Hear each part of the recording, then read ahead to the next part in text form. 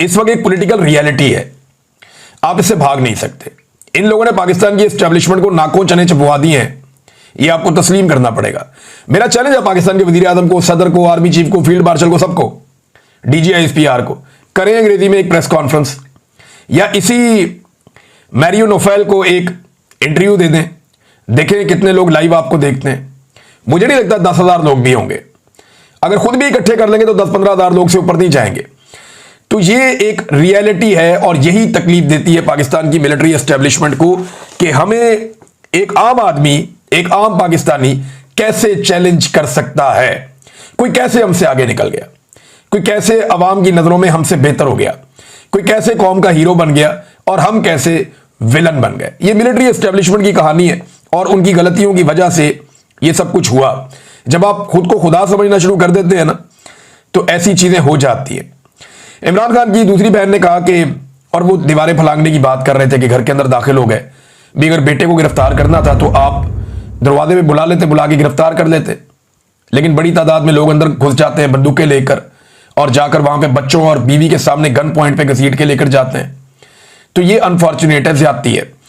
देखिए, अगर जमान पार्क की या मॉडल टाउन की या इमरान खान की फैमिली और उनके घरों की आज दीवारें फलांगी जा रही है ना, तो दीवारें रायवेंट की और मॉडल टाउन की भी इतनी ऊंची नहीं है, कल को वो भी फलांगी जा सकती हैं।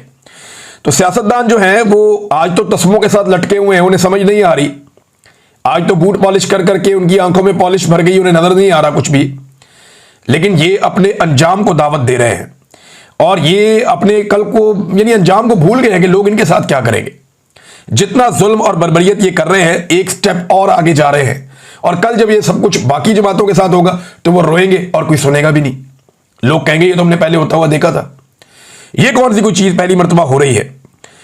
तो एक दफा मुझे याद है अच्छी तरह, इमरान खान साहब ने, उनकी पार्टी ने बल्कि इसके ऊपर डिस्कशन की थी कि हम जाती उम्रा भी जाके एहतजाज करेंगे, यानी हम बाहर जाएंगे वहां एहतजाज करेंगे।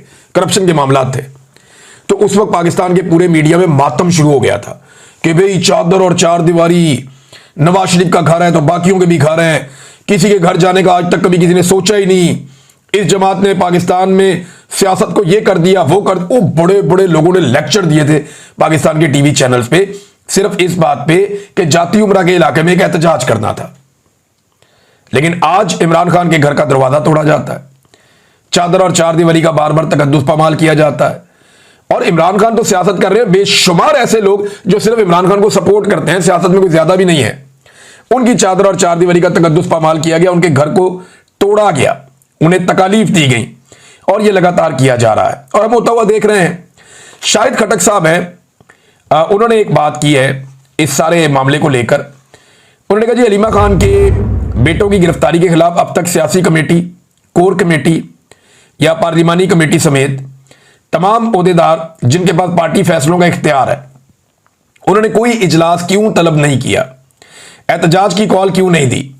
अब तक पार्टी में इमरजेंसी हालात होने चाहिए थे और आपकी कमजोरियों का जवाब जो है लोग हमसे सवाल करते हैं बाद में।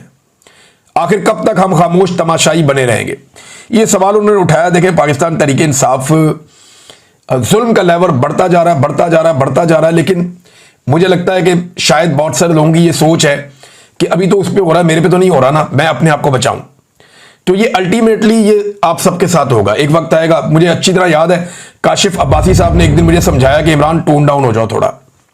बड़े भाई हैं, बड़े प्यार से समझा रहे थे, मुझे कह रहे थे इमरान आप देखो ना यार, थोड़ा टोन डाउन हो जाओ प्लीज, आप सख्त अल्फाज इस्तेमाल करते हैं, आपका लहजा बाद होकर सख्त होता है, तो थोड़ा आप अपने आप को बड़े प्यार से, और मेरे भले के लिए वो, क्योंकि मेरा अच्छा ही सोच रहे होंगे।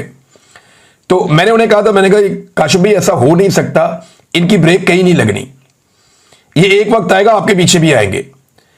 और आप हालांकि मेरे से बहुत बेहतर है, बड़े अच्छे तरीके से आप करते हैं चीजों को, आप कोशिश भी करते हैं क्योंकि ऐसी चीज आपके ना हो जो आप ही के।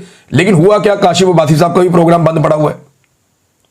हालांकि जब वो बंदा मुझे मिले ना तो मैं उससे पूछूंगा भी होन सुना, मुझे ISI ने जब अगवा किया ना तो शुरू के चंद दिनों में मार कुटाई करते हुए मुझे काशिफ अब्बासी साहब की मिसाल दी गई कि यार आप बिटवीन द लाइंस क्यों नहीं चलते, आप देखें ना फलां काशिफ अब्बासी साहब हैं, आज उनका भी प्रोग्राम बंद है। तो काशिफ अब्बासी साहब कोई तब्दील तो नहीं हो गए थे, वो अपना काम कर रहे थे।